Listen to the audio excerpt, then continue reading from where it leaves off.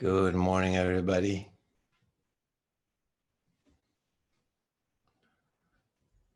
Looking shining and beautiful, everyone.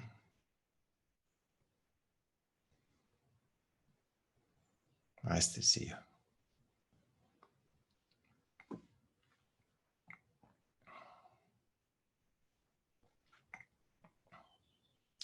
This series is called Sitting in Mindfulness. Yeah. It means when we sit, we are mindful, right?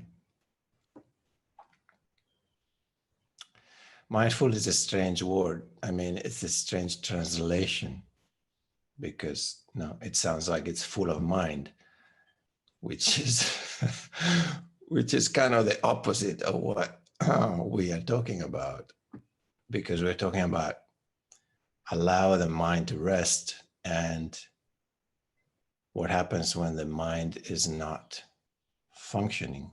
And by mind, when I say mind, I'm talking about the thinking mind, yeah? Because the Buddhists have a different concept of mind. They have a small mind and a big mind, a mind with a capital M and one with a... So I'm not talking about that. Let's not get confused with too many minds. One is enough. So the mind I'm talking about is that compulsive thinking, that happens and takes over most of the inner space, right?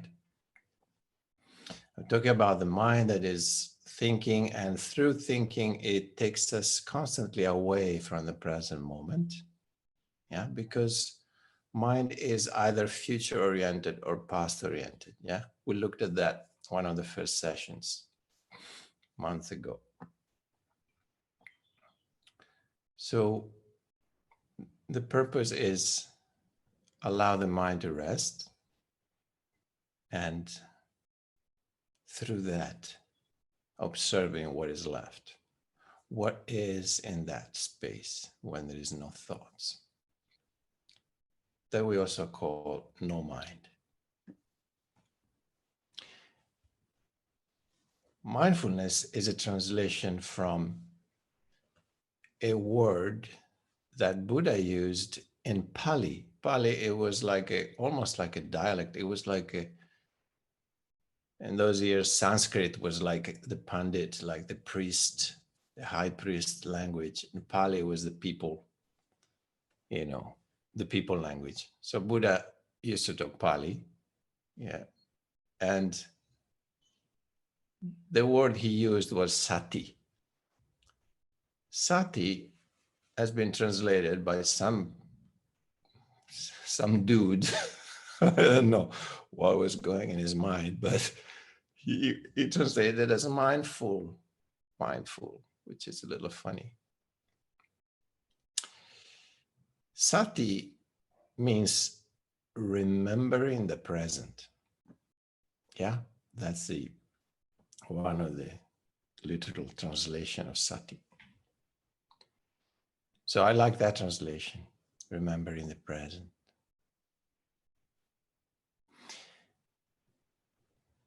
It reminds me of another word that George Gurdjieff used a lot in his teaching when he was teaching in Paris. And he used to say self-remembrance. So again, remembering the present. That's what Buddha was to talk. Remembering yourself with a capital S. That's what he was referring to, Gurdjieff.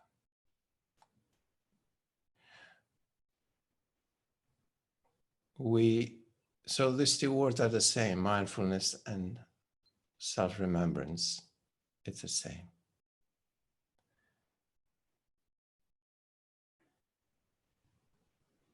Meditation is the same. I'm going to simplify everything for you. Being aware We talk a lot about that. It's the same. Being in the present and being present, that I used a lot, it's the same.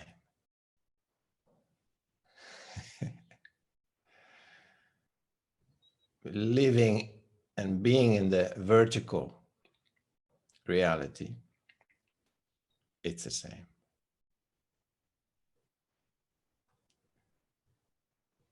Okay, I cannot simplify more than this for you. It's all the same. We're always talking about the same thing. Okay.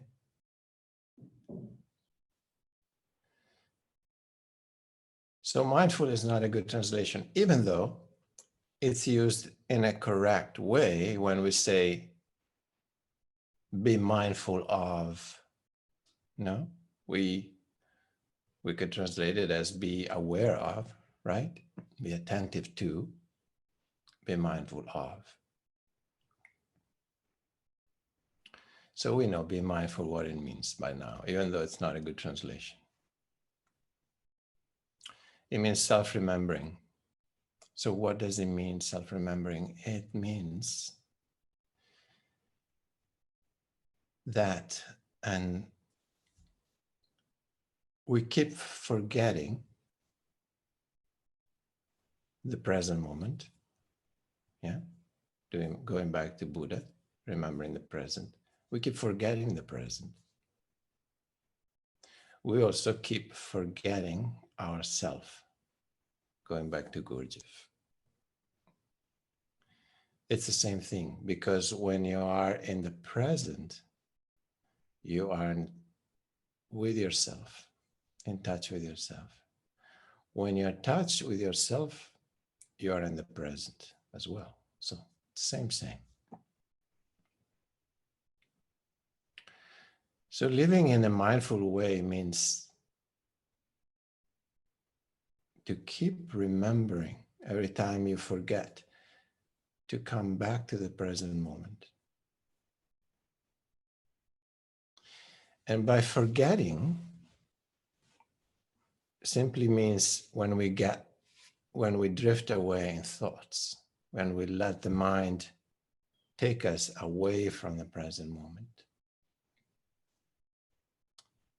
So remembering means, I'm noticing that I am going somewhere else. I'm going into the future, or imagining something, projecting something, how I want it to be, maybe something that needs to happen, or remembering something that happened. Both realities do not exist in the present moment. So we want to train and practice becoming more and more, bringing more and more our attention to the present moment, because we want to live a life in the present moment, because it's the only moment that exists. Yeah. The thinking mind has created the concept of time, which has past, present, and future, right? Divided in these three dimensions. But truly, only the present exists. The other two are imaginary, are a projection of the mind, right? We remember something that happened and we imagine something that didn't happen yet, but neither of them are happening. So neither of them are real. They're not happening in this moment.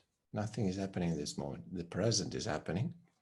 And present is not part of time, as a matter of fact.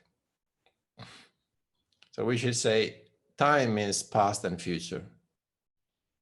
Now, it's not part of time. Now is always now. It's the eternal present. How can something eternal be part of time? It cannot. It means it always was and always will be. Who cares about past and future? It's always going to be the present anyway. It was always the present and will always be the present. So present is not part of time. So when we manage to bring our attention more and more into the present, we're actually transcending time. Big word, huh? Transcending time. But that's what it is. We kind of get away from the little box that the mind is putting us in, the time box. And we start just being present. Being present means being mindful of what I am seeing, perceiving, feeling. I'm being watchful. I'm witnessing.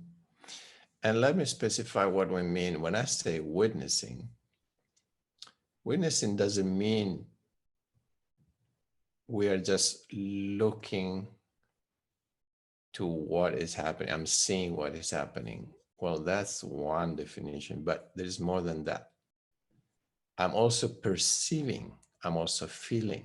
That's included in what we mean when we talk about witnessing or watching. Yeah. So it's not only an observation or some kind of intellectual understanding of what is happening. No. It means we are completely absorbed. We just bring all our attention, absorb into the present moment, and we feel, we see, we perceive. So it's a very active feeling kind of seeing, watching. Yeah. So that when we say witnessing, we include all those. We mean watching, we mean feeling, perceiving, sensing. Okay. So being mindful means all these things. So we can be mindful when we sit, but we need to be mindful in every moment of our life. Yeah, that's the goal. So we observe when we take a walk, we notice that we're walking. We feel, what does it feel like while my body walks? Yeah. That means I'm present through the movement of walking. In the moment in my walk, which happens often to me, because I'm walking and say, also, let's see when the next thought comes. Now I'm going to be just present with walking, you know? And then 30 seconds later, I notice, oh my God, I was going to Timbuktu with my mind. Yeah, come back. Yeah, we keep noticing that. So the mind takes us away from the present moment. In that, I'm not enjoying, I'm not walking, I'm not in the walking anymore. I'm not in the present. The body is doing the walking, but I'm not with it. I'm not present. I'm not mindful of the walking because the mind took me away. Yeah, it's always the same. It's a very simple mechanism. So in this very moment, you can be thinking about something and not being here, or you can listen to my words, to my voice. You can be aware of your breathing.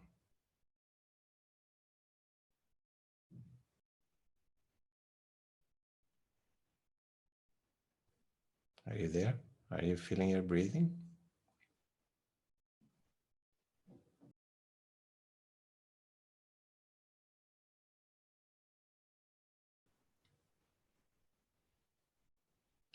Notice how something very subtle happens now when you become aware of the breathing, for example.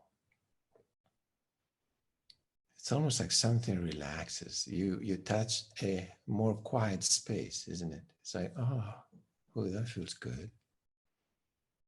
Oh yeah, there's no need to go anywhere. There's nothing to reach. I don't need to think about anything, just feeling the breath, feeling the body. Yeah, that keeps us in the present moment, always.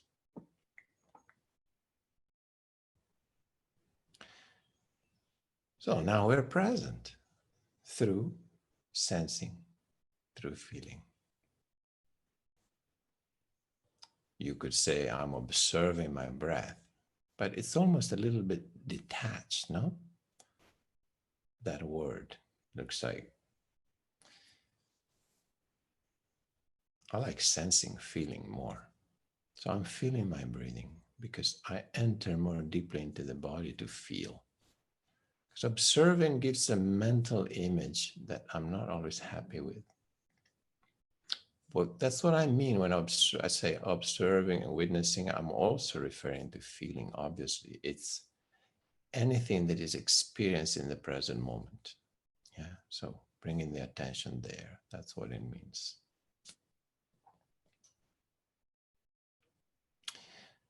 And that experience can include something tangible, which is like an object, which is, oh, I'm becoming aware of a thought, or I'm becoming aware of a feeling, I'm becoming aware of a sensation, I'm becoming aware of the movement, sensation of the breath in the body. These are more like tangible things. I call them objects. Or we can become aware of space, an inner space where there are no objects moving around. Sometimes it happens. Beautiful. Then we observe and we feel, observe again. We feel and observe that space. In that space, we notice there is presence. There is our awareness that sometimes we call a witnessing consciousness. It's there in that space. It becomes obvious when there are no objects, right? That witnessing presence, it's what we refer to when we say self-remembering. We want to remember to go back to that witnessing self.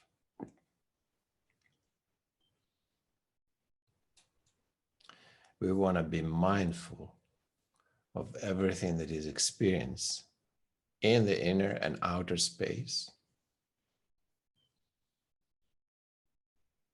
even when there seems to be nothing to be aware of because there's nothing happening.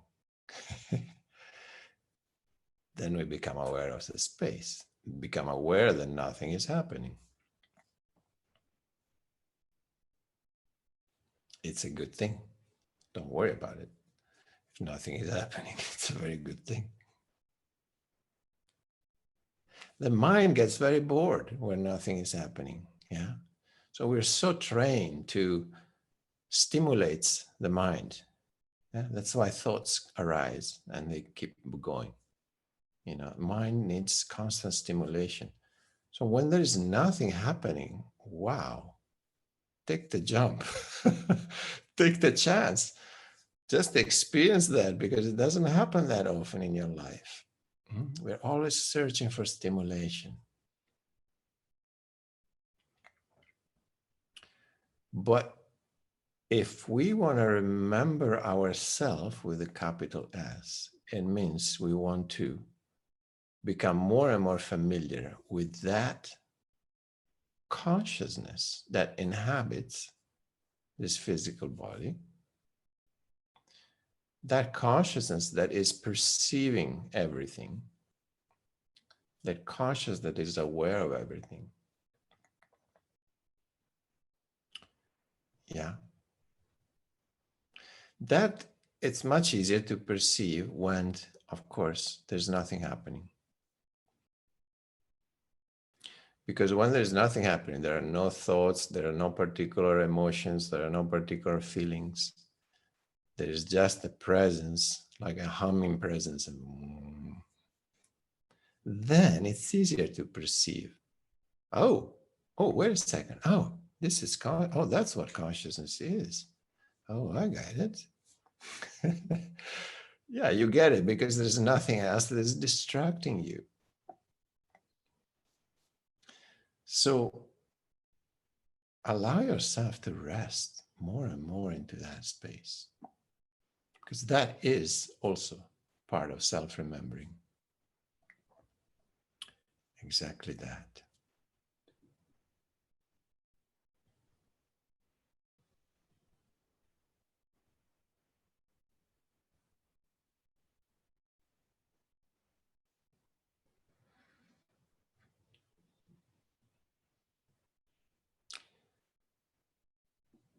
And when we move around during the day, we practice, we keep practicing until the practice become our way of living itself. We call it practice because it sounds like we're practicing something that is new. Well, it's not new because it always been there. Yeah. Your awareness, that consciousness has always been there. You were born in it, with it. It was there before you were born, it will be after, and in between, it's always there. So it's part of the present moment, actually. There's no time for consciousness. It's always now. It's always been, always will be.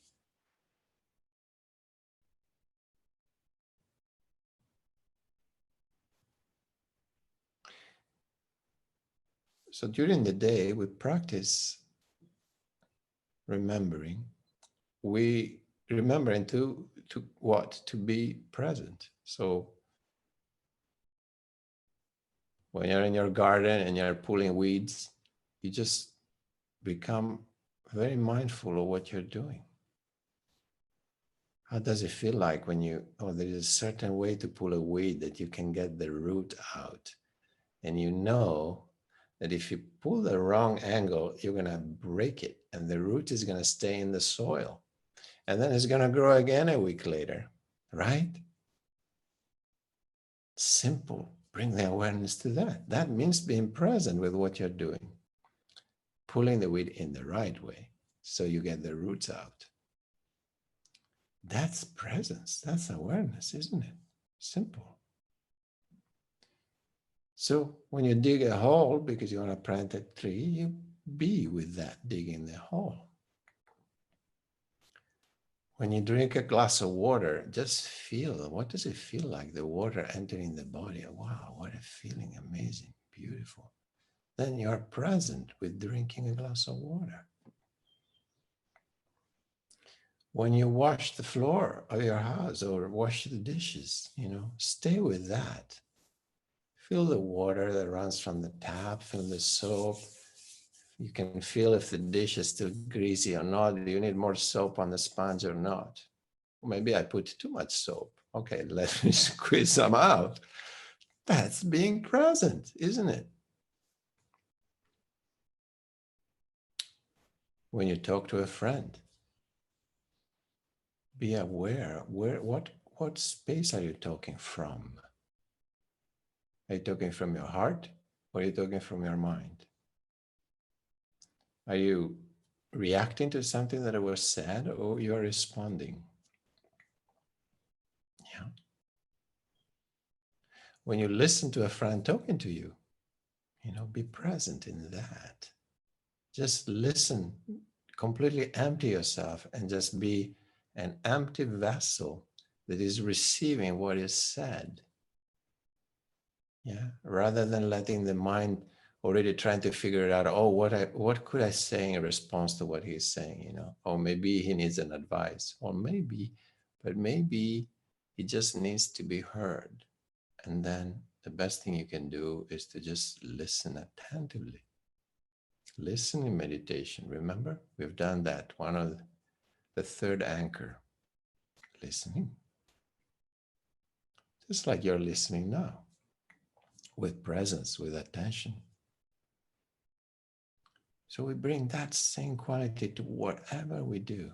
We go to the office, bring that quality with you. Don't leave it outside of the door when you enter the office and then pick it up when you get out. Otherwise, your work in the office is going to be hell.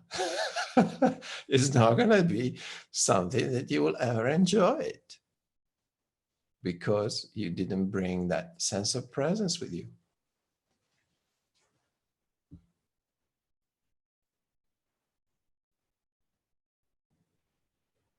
So being mindful, everything we do is part of our practice. This brings not only more joy to your life, not only makes everything you do, including working in the office that maybe before you didn't like so much, it makes it enjoyable because it's steeped into presence. That's what makes it enjoyable, whatever you do. So there is no things that are fun to do and others that are not. Well, yes and no. Truly, if you bring presence to whatever you do, everything becomes enjoyable.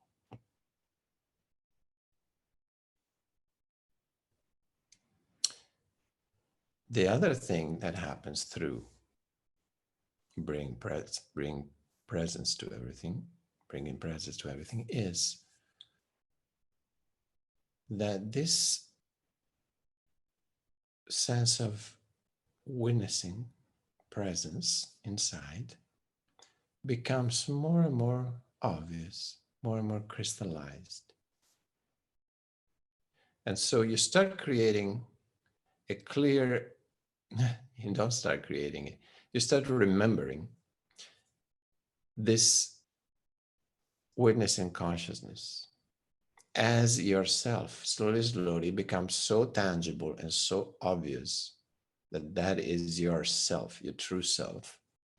And the thinking mind and the egoic mind, it starts becoming more and more obvious. Well, it's a mechanism that went out of control that is supposed to be serving me, but I'm actually serving it.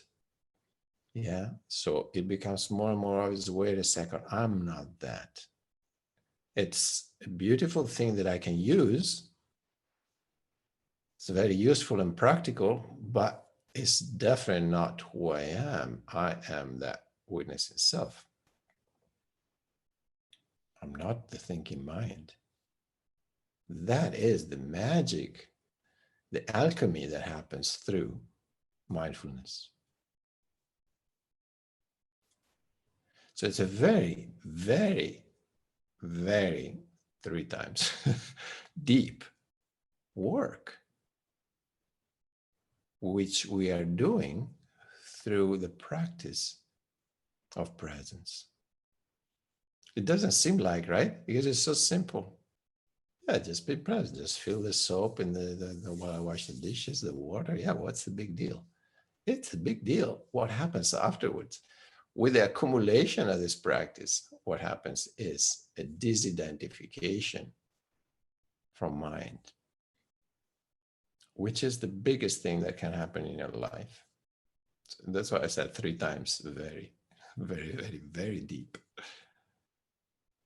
It's like a deep surgery, start going in and removing what is not needed or put it in the right place. Yeah.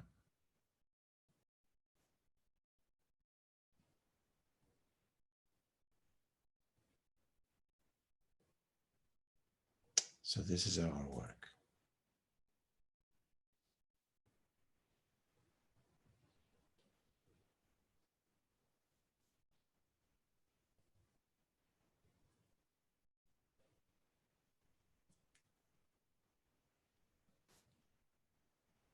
It's nice, no? It's good work.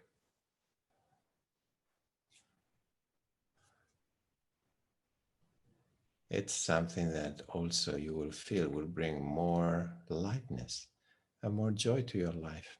You will notice it slowly, slowly. The more you practice, the more peaceful and joyful you become.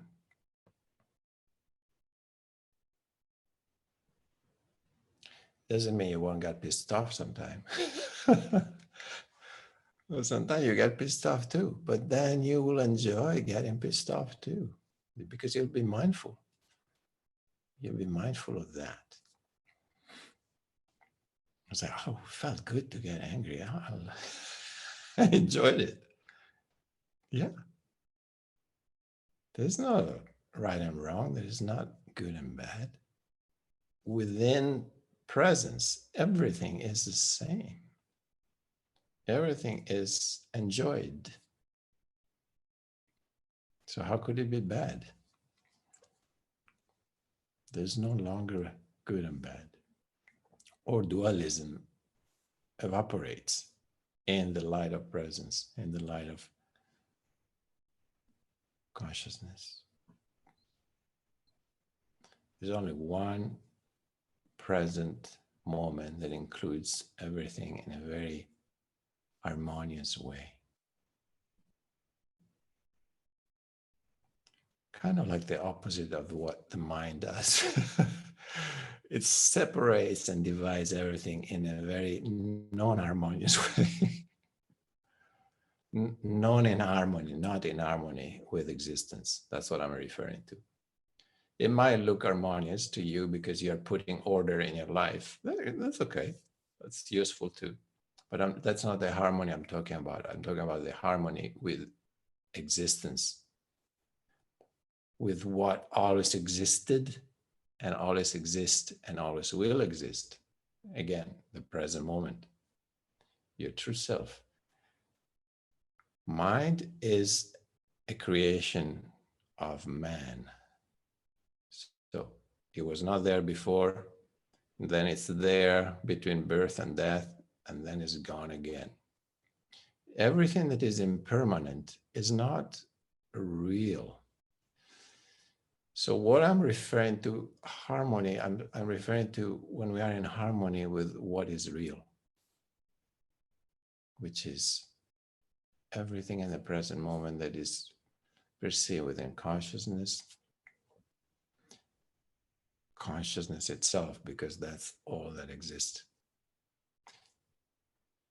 Being in harmony with that,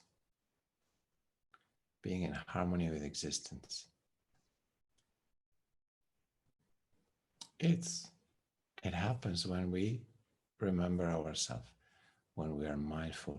The more mindful we become, the more we start vibrating together with existence. We change frequency. It's like tuning a radio. You can tune the radio on your thoughts, and then you keep going all over the world or wherever, but not here. Or you can tune the radio on the present moment, on existence. And it's like, ooh, I like this music. I like this station much better. It's very different quality.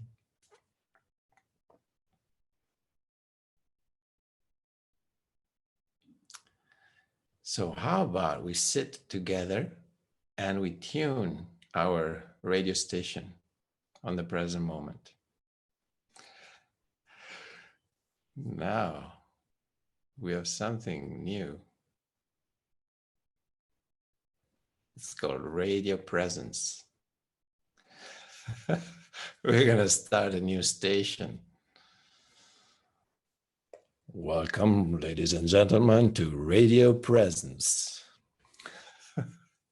Yeah, peace, brothers and sisters.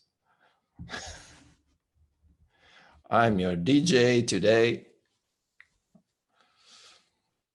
Okay, everybody back to his own DJ now. Actually, when you hear that DJ in your head talking, telling to shut up, and tune into the music that has been broadcast in this moment. Tune into the silence, tune into your body, tune into feeling, sensing, tuning into the breath. listening attentively to sounds,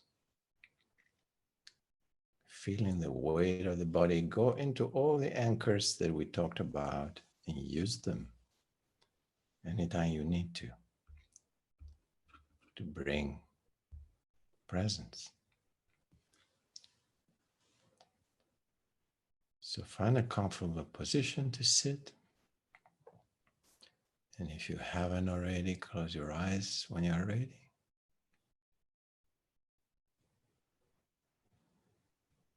Bringing all attention within.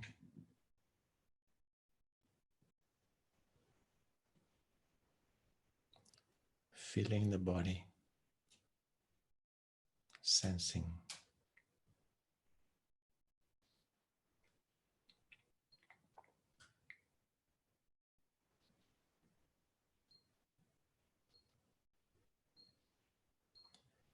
Feeling the weight of the body on the cushion. And as you relax, you feel like you're sinking more into that cushion or into the floor. Just allow yourself to let go into the earth.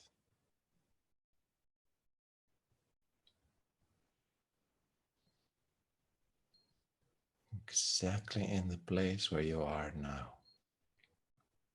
Be there.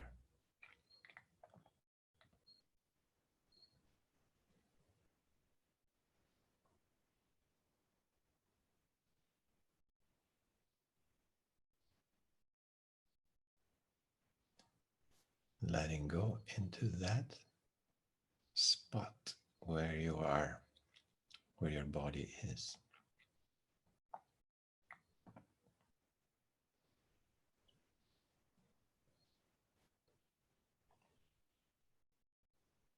Becoming more and more present through the body, through the connection with the earth, through the gravitational pull, through its weight, and allow that to be fully.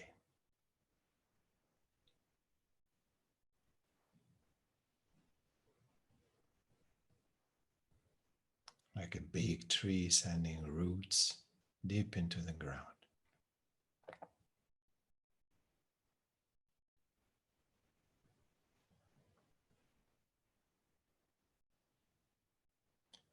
And this big tree has also big branches that grow towards the sky.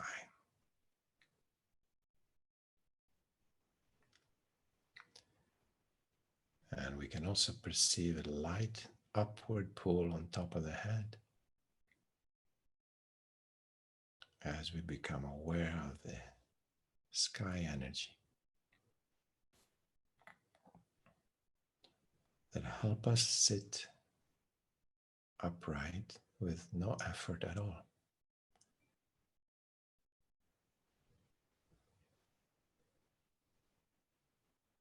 So we sit relaxed, grounded in the earth, and yet uplifted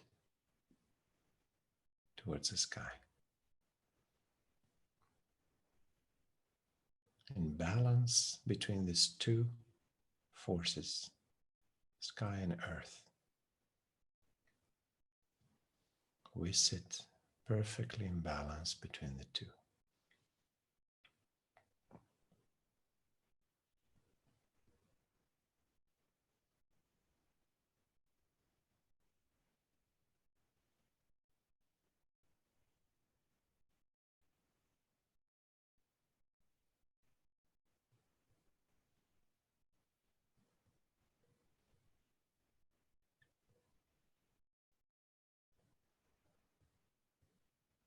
Feeling this moment,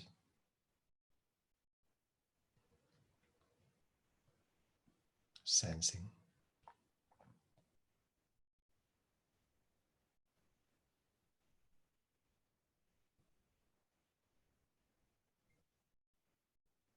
observing.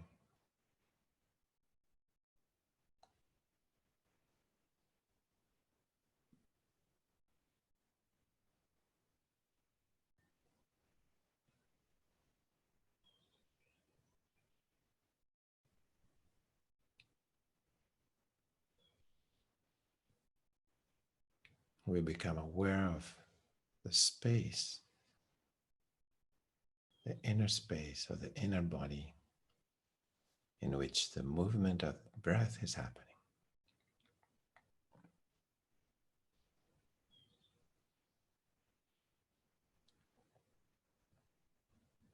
Just observe how it happens naturally by itself, with its own rhythm.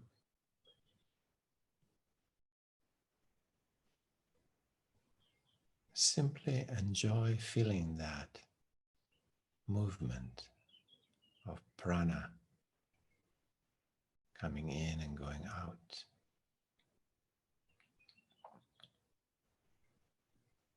Bringing fresh energy to all the cells of your body with every in-breath.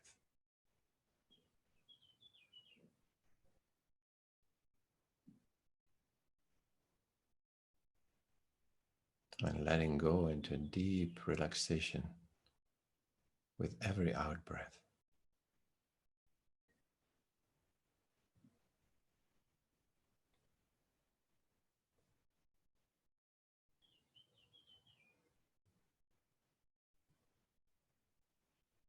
Noticing the little pause at the end of the out-breath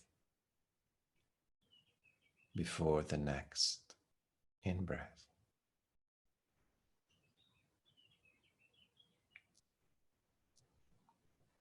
A very small pause where there is total stillness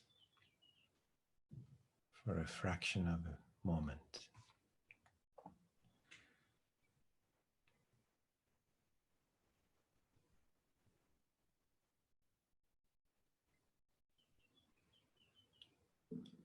In that pause, there is nothing happening.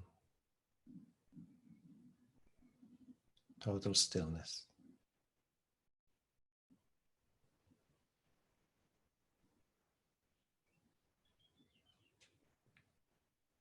It's like a little death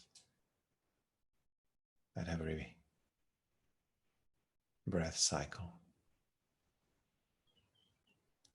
that happens. Notice that too.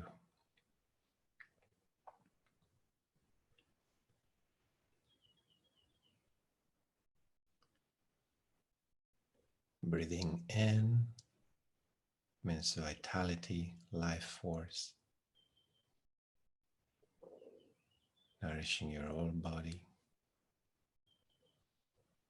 activating.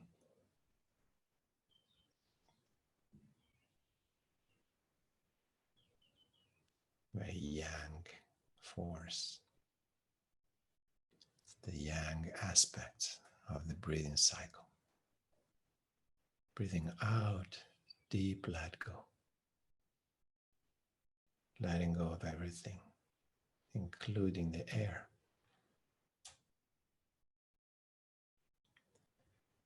You can breathe out all your worries, all your thoughts, all your pains, anything. You can just let it all go every time you breathe out.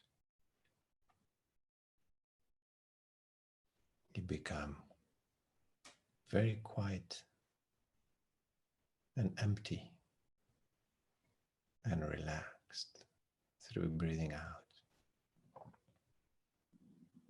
That's the yin aspect of this cycle.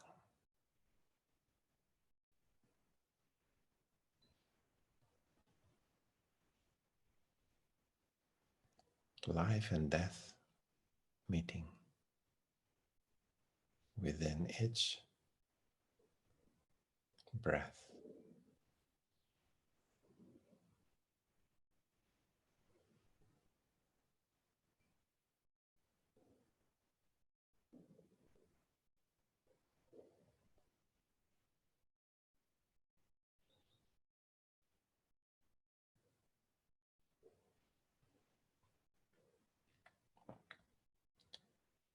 sensing that well-being that you are perceiving now because of your attention has been on the breath for a while.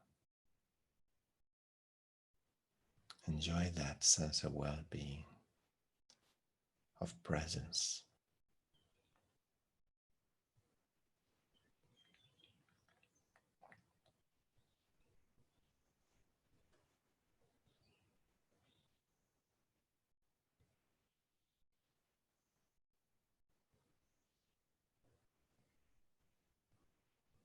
Notice that you cannot think and be aware of the breathing at the same time.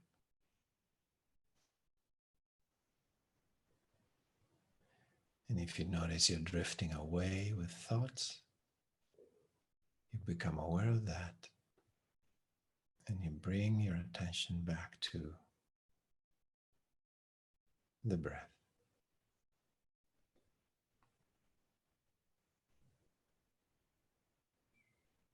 One of the simplest way to anchor yourself into the present moment.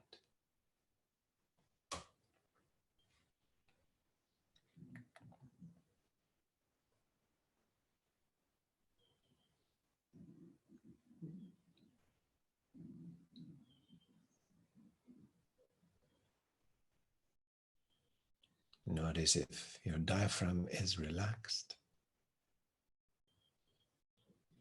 And if so, you will perceive your belly slightly moving every time you breathe in and out.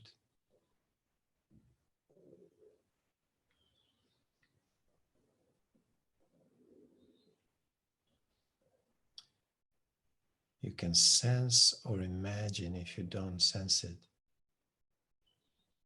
the energy that comes through the prana, through the air. That prana is going to the center in your belly.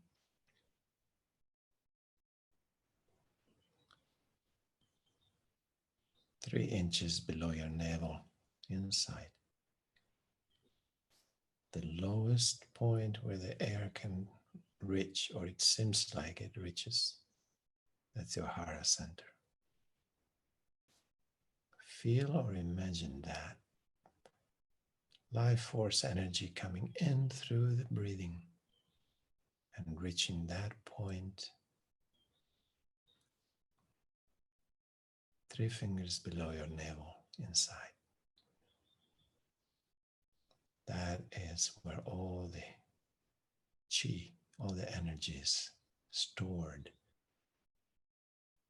and then being distributed and used when needed.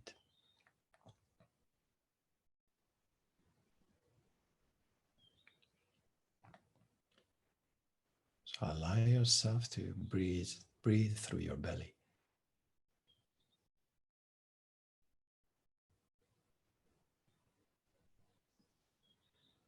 Enjoy that sensation.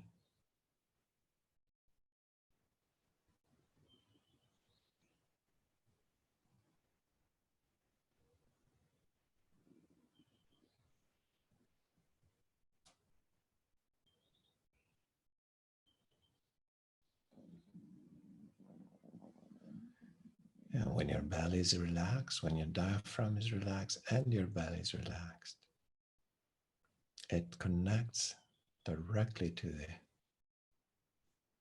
earth energy. So a relaxed belly gets flooded with energy from the earth as well.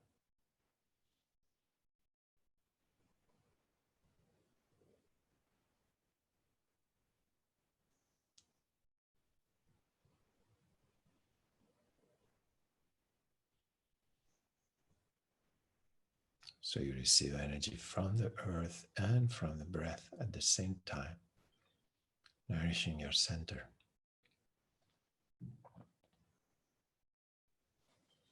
Making it full, like a big, quiet pool.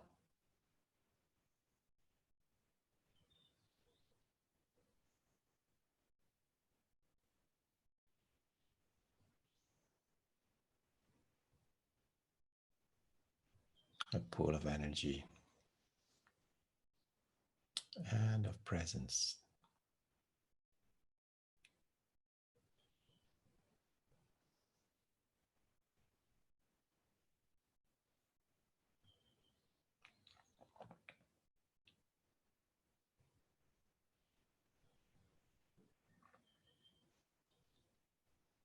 The more grounded in the Hara we are, the easier it is to be present, no matter what happens inside or around us. When we are connected to this center,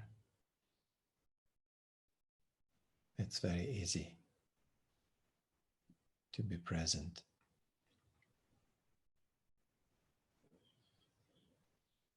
and be centered.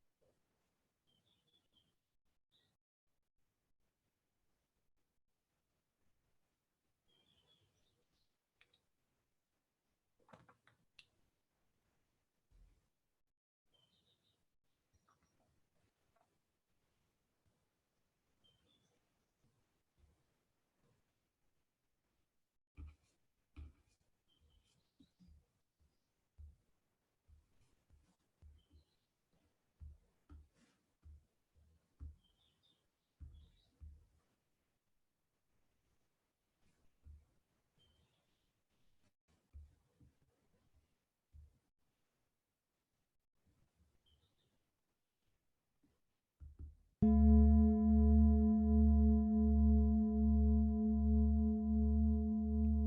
the sound take you back to the present or strengthen your sense of presence.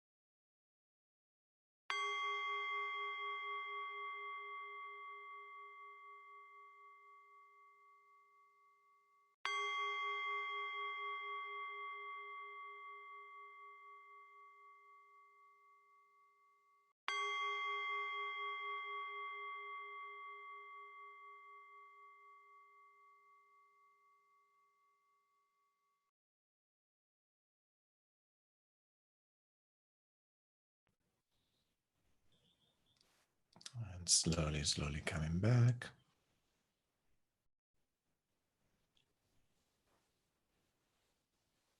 When you're ready, open your eyes again.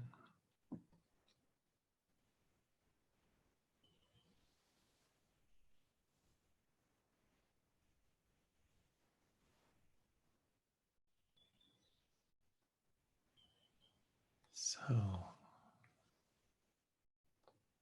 we still have a little space, little time, so we open the space if anybody wants to share something or ask something. Yeah, Catherine. First, thank you. I have a question. You said in the present, there's not right or wrong or good or bad. So when you are in the present in your body and you feel, for example, pain, what is so it's hard for me to say, okay, it's neutral, because when you are in the present and you feel it, you can't go away from it. Yes. So But yeah, does it mean it's bad? it feels bad when you have it. So Yeah. yeah, I had problems to understand that it. Yes. Yeah. Well, to understand it, we'll have to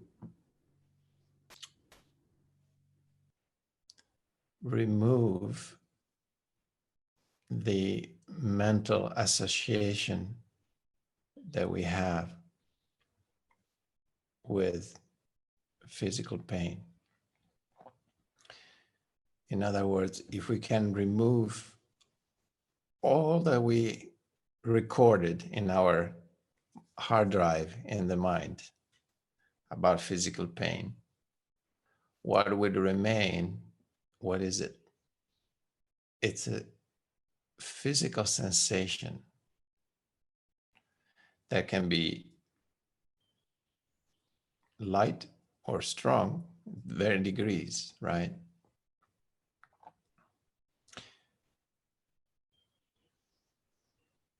Usually the pain is there because the body is telling us something, is pointing to something.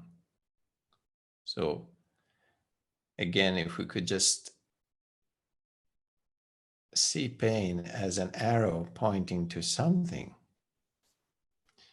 then we could even feel grateful that there is a certain pain, because it's an arrow pointing to something. And so you go like, oh, okay, what is my body telling me in this moment through this pain?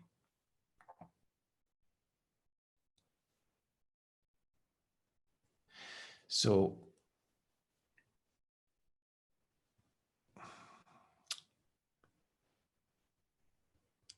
the physical pain most of the time is perceived as unpleasant, right?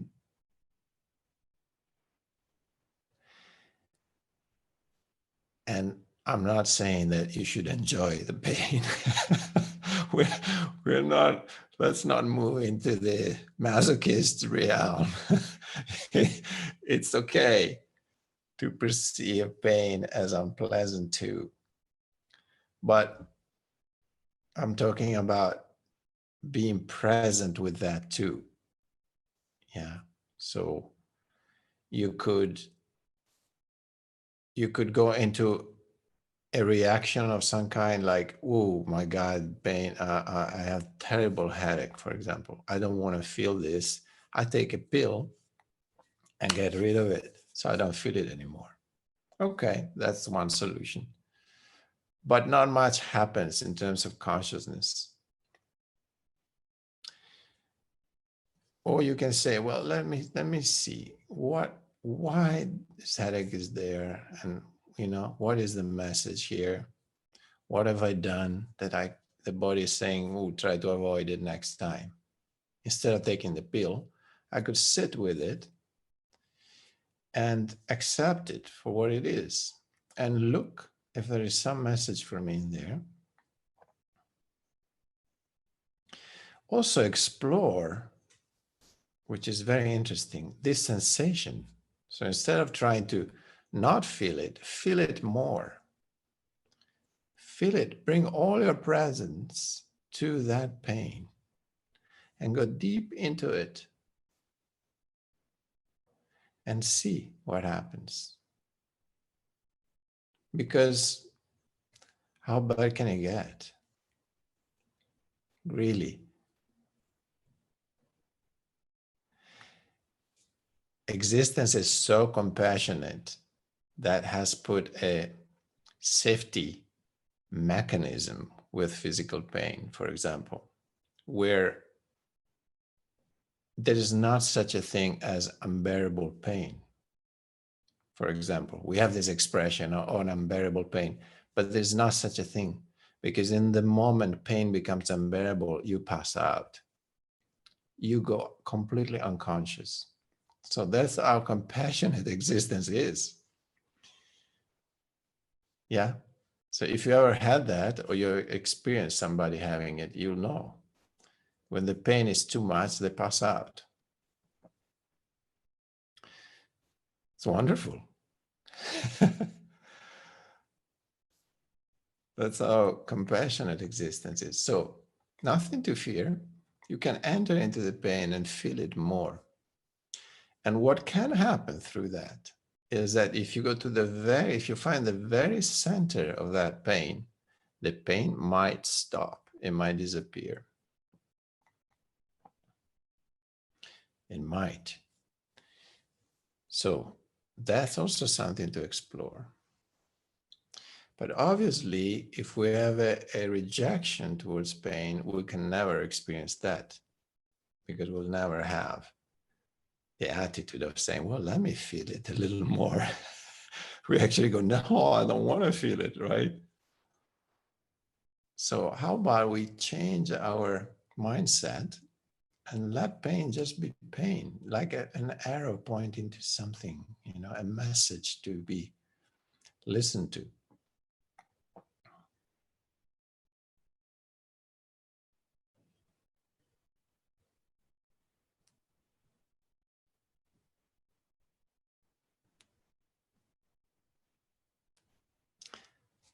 Yes.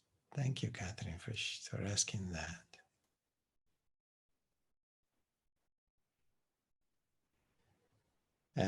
Rafaela, yeah, I think Divyam was also wanting to ask something before.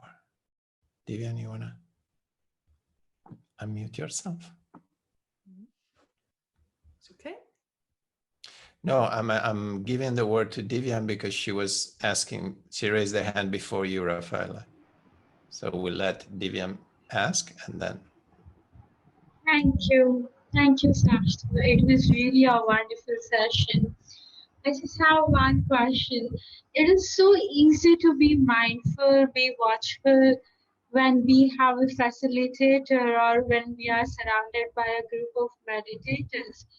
But it equally becomes difficult and sometimes impossible to be watchful when we are back lost in our corporate life and working and this and that. And at times it is like, okay, can watch, cannot watch, and at times it becomes just completely impossible. Yes. Yes, I know what you mean. Is there a question or it was just sharing that? How to get mindfulness with there as well? Yes. Yes, we can. I'm not saying it's easy though. I never said it's easy. That's why we call it practice. Yeah. Because one step at a time, no? First, we practice with the things that are easier to be aware of. So we practice drinking a cup of tea. There's no disturbance around. There's no problem. There's just you and your cup of tea. How difficult can it be? Well, it can be difficult too, because sometimes you say, okay, I'm going to enjoy this cup of tea. You sit down, you start drinking tea, and then something happens and you notice your cup is empty and you got lost in thoughts. You didn't even realize you were drinking the tea because the cup is empty. You're like, oh, wow. Yeah. So you forgot while drinking the tea. You stepped out of that self-remembrance. Practice that. Starts there. So starts from simple acts and bring full presence to those. Yeah. That strengthens, as I was saying before, that feeling of presence. That strengthens your watchfulness. That strengthens your being present. Then slowly you can move to a little more challenging situation. Yeah. So whichever of the anchors, and if you guys were not here in the beginning, if any of you was not here in the beginning, you know that in the Telegram group, I posted the video that you should watch that talk about the anchors. So use any of the anchors to ground yourself in the present moment. But start from what is easiest.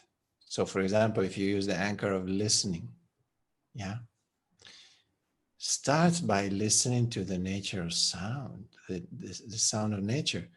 Starts listening to the rustling of the leaves when the breeze comes, or the birds singing, yeah, or the wind blowing through your ears. It's so easy to become present listening to nature, isn't it? And then practice that, and then move slowly, slowly to different sounds until you can go to the market to do shopping and there is chaos, people everywhere, everybody talking, everybody screaming, yelling. And you can sit there one day and just say, find a quiet spot and listen, close your eyes and listen to the sounds. And you become aware through that. And then when you can do that, you can become aware in any situation you are in. You know, if you're in Mumbai in the middle of the center full of traffic, you can use those sounds to become present because you have removed the good and bad. Yeah, you have removed the projection of the mind that, oh, these are nasty sounds, I don't like them, I like the birds singing. Well, this we learn through practice, that we remove every interpretation of the thinking mind. We stop giving labels and we just let everything be just what they are. So sounds are just sounds, and we use them to become present. But again, for example, in that case, we start from what is easy and what the mind defines as pleasant.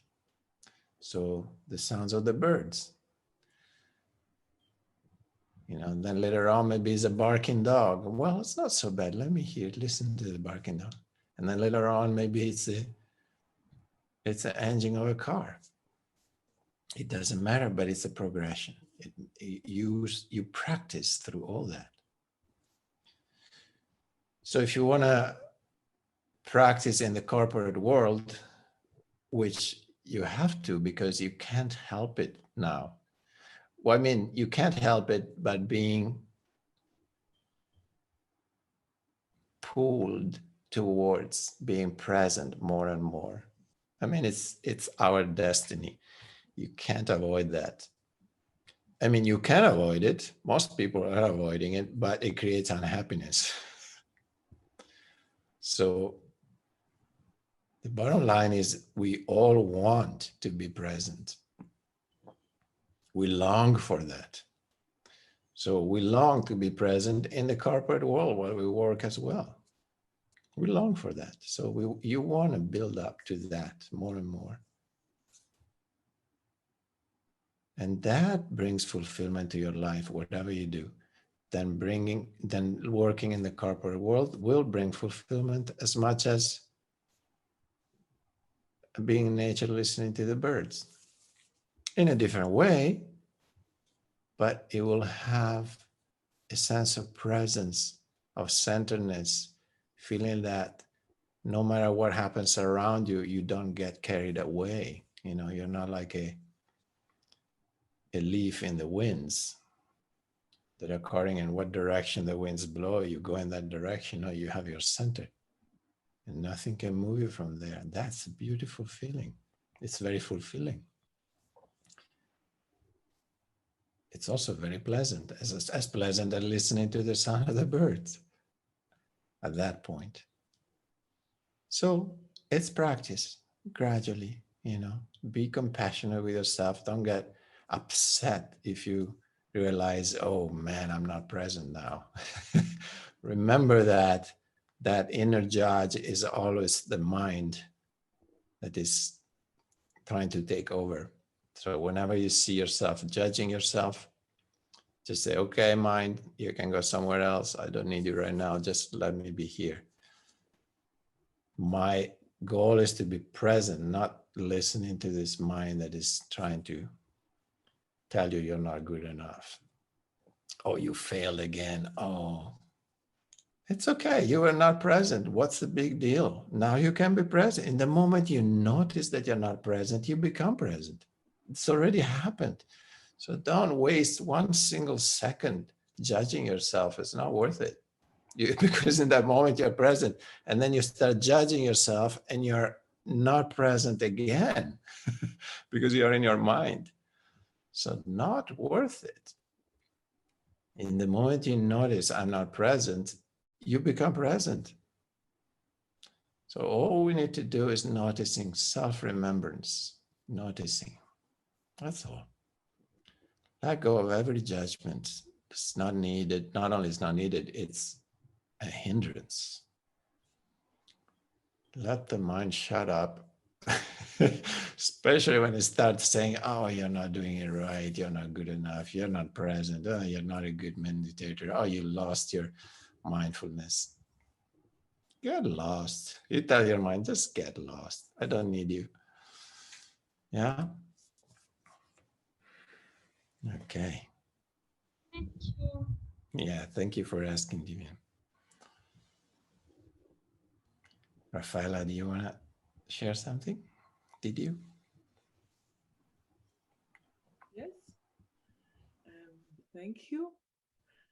And at the beginning, I was feeling lost. And I was sensing and feeling, I don't want to have this feeling. No. I need the mind to don't feel that I'm lost, or that I'm feeling lost. You didn't like to feel that. Yes, and the mind helped The mind was judging it. me. Yes. Yes, and the mind give me a lot of things that I can think, so that I don't Yes. feel lost. Sure. Stop it and lost. Uh-huh. And I was opening this feeling.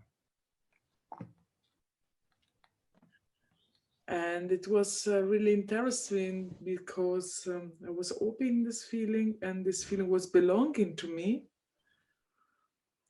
And then I was feeling that I belong to something more. Yeah.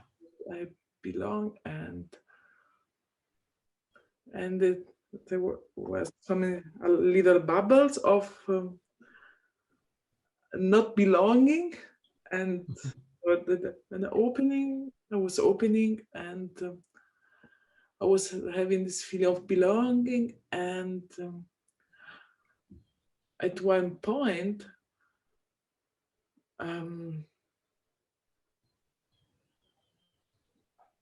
it was another time this feeling of love, to be loved and to love and to be this belong to this pulsing.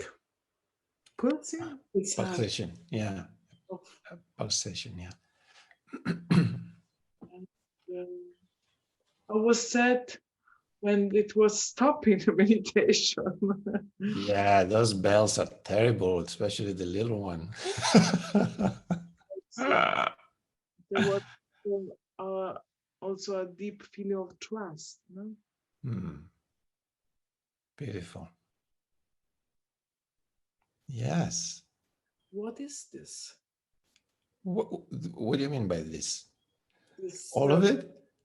what I'm belonging. The mind was quiet. Oh, the mind was asking, what is this? Mm-hmm. Beautiful. Yeah, that's a beautiful sharing, Rafaela. Thank you. There is no question here, right? I mean, this is what you describe as a beautiful thing. It's really part of that process that can happen when we observe what's happening inside, when we're really present with ourselves. You know, this is one of the, what she just described is what happens. Yeah. So there is a certain movement and a certain evolution. You know, as we were saying, the present moment is always unfolding. It's not like there's one thing and that's it, and nothing else moves and changes. There's a constant inner transformation. So as we bring our awareness to how we feel, what we sense, it's like following a thread sometime. There's a one sensation, and then that sensation opens a certain space, you know, like for her, she said, you know, I was present, then the mind, I noticed my mind taking me away. And then I came back to the present moment, but there was a sense of lost. I'm lost, you know, but what is it that feels lost? And I'm not saying that's what you said now, Rafa. I'm just making an example. What is that feeling of feeling lost? Oh, it's actually the mind that feels lost because it has nothing to hold on to in the present moment, you know, it can happen like that. So I enter that feeling of feeling lost and understand, no, it's not real. It's just the mind feeling lost. And then under that, it opens a big space of like peace and it keeps unfolding, you know, it's a thread and you follow it with your awareness. You just means you just are present with whatever you're experiencing. It's beautiful. That's exactly part of the process that what Rafaela explained. That can happen. Sometimes you can sit and I don't know if we can say there's nothing happening because actually there's always something happening. But it's not the mind necessarily, you know, it's just the perception of your consciousness that starts perceiving differently. Once it's freed, once that energy is freed from the mind, it's not locked into thinking, it's available for awareness, you know, for perception, for presence. So then from that space of awareness, things happen, but in a different way. You follow a thread and you will notice that it keeps changing and unfolding. It's a very fluid phenomenon. Yeah, consciousness is completely fluid and ever changing.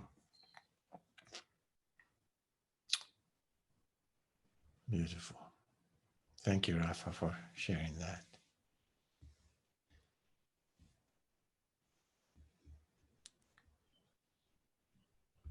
Somebody else wants to share something?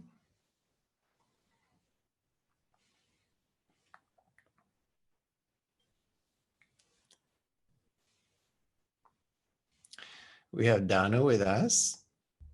Oh, you raised your blue hand. Oh, not used to that. I didn't even look there.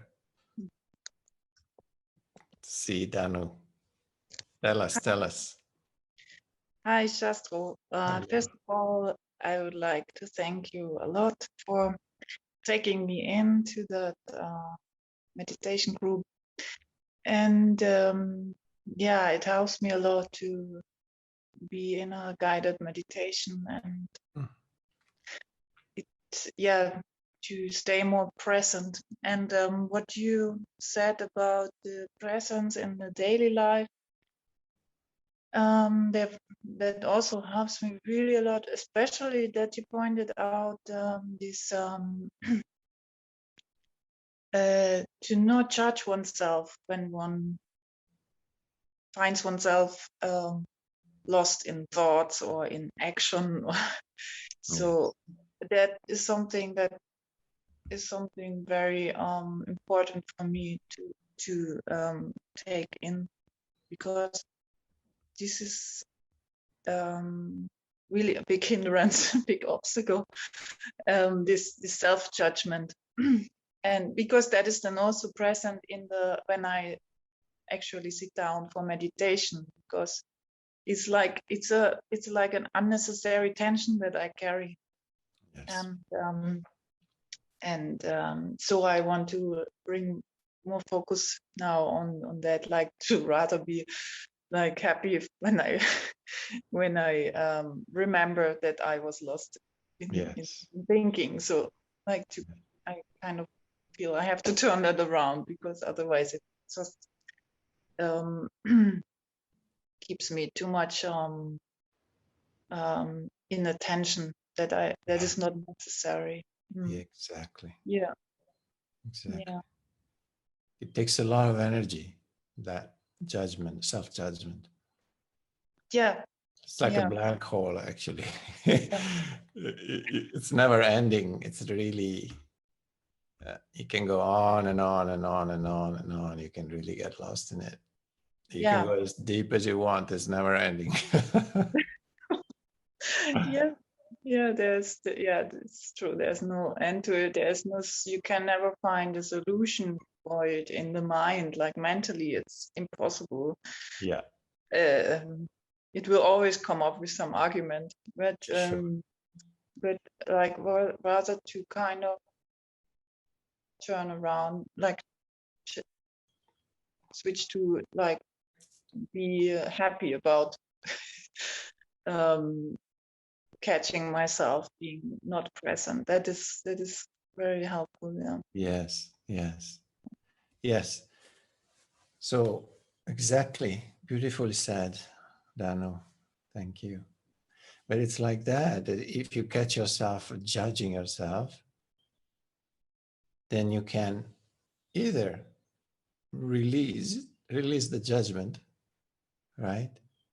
And come back to the present moment. And then whatever that means for you, maybe you come back to the breath, or maybe you come back to the sense of presence, whatever anchor you use for that.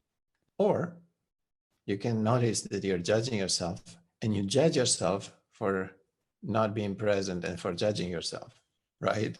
Sometimes we do that. So it's like, it's again, then it's the mind that uses whatever you become aware of to reinforce itself. Yeah. So that's why it's never ending. Mm-hmm. That's why it's very important to, we often say choiceless awareness, that Buddha used to say, the path happens through choiceless awareness, which means we are able to become aware of everything without choosing. Oh, this is nice and this I don't like, or this is better than this one. Choiceless means everything is exactly what it is. We don't put any label on it. So we don't label what we notice.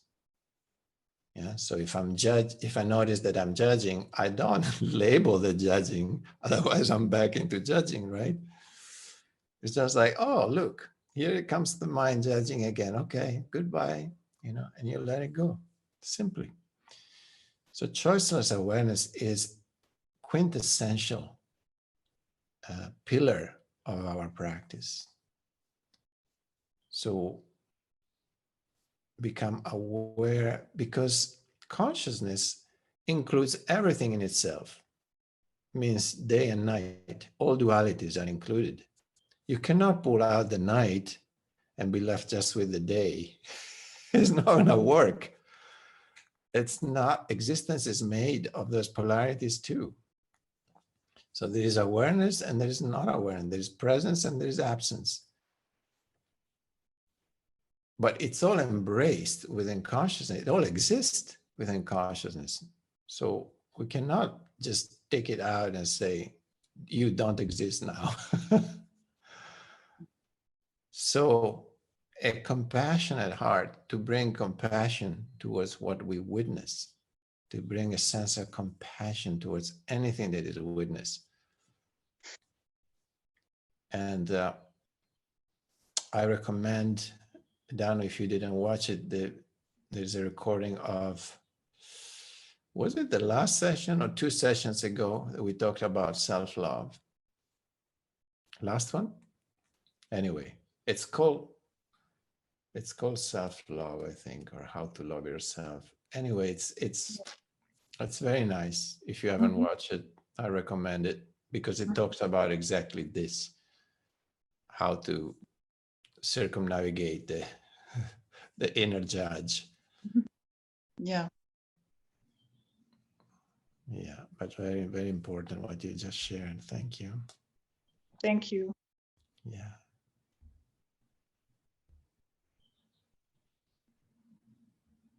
Okay. So we are going to close it here. It's beautiful being with you as always. And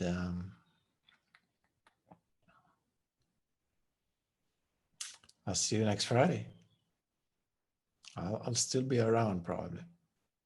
And I hope you'll be around too. Kisses, hugs.